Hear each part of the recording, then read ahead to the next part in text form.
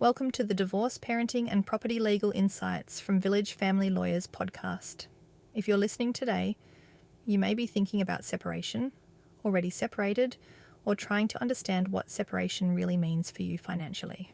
This episode is about the asset pool, and more importantly, about timing, because timing is one of the most misunderstood aspects of family law.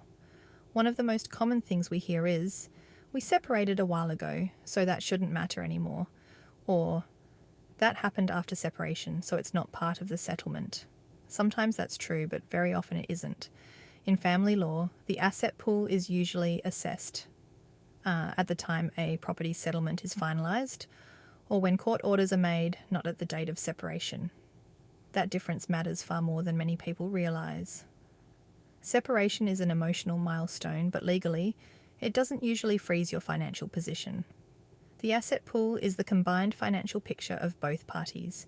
It includes assets, liabilities, and financial resources such as property, superannuation, savings, investments, businesses, trusts, and debts. If matters are not formally resolved, that pool can change over time as circumstances change. Inheritance is a common example. People often assume that if they receive an inheritance after a separation, it automatically sits outside the settlement. But if a property settlement hasn't been finalised, that inheritance may still be considered as part of the asset pool. How it's treated depends on timing, how the funds were used, and the overall financial circumstances. It's not automatically excluded just because separation has occurred. Debt can raise similar issues. It's not unusual for one party to incur debt after separation, whether through a business, personal spending, or other means. If the settlement hasn't been finalised, that debt may still be taken into account. Responsibility for it may be disputed, but it doesn't simply disappear. This is where timing and strategy become important. Delay without advice can increase risk. Assets can change in value, debts can accumulate, and matters can become more complex. But delay is not always a mistake. In some situations, waiting can be part of a considered strategy, for example, where asset values are fluctuating or financial information is incomplete.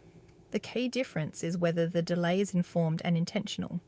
At Village Family Lawyers, we don't believe in one-size-fits-all solutions. No two property settlements are the same. Our team includes accredited family law specialists and lawyers with deep experience in complex financial matters. We take the time to understand each client's circumstances and develop a strategy that reflects their specific risks and goals. Speaking to a family lawyer doesn't mean you have to take immediate action. For many people, it's about gaining clarity. Understanding where you stand allows you to make decisions calmly and confidently rather than reacting later under pressure. If you're separated, considering separation, or unsure how your assets may be treated, understanding the asset pool and how timing works is essential. You can read the full article linked to this episode, or speak with our team through a confidential discovery call or a fixed-fee initial consultation. Thank you for listening to the Village Family Lawyers podcast. Find us at www.villagefamilylawyers.com.au or call 1300413997. We're here to help you move forward with clarity and confidence.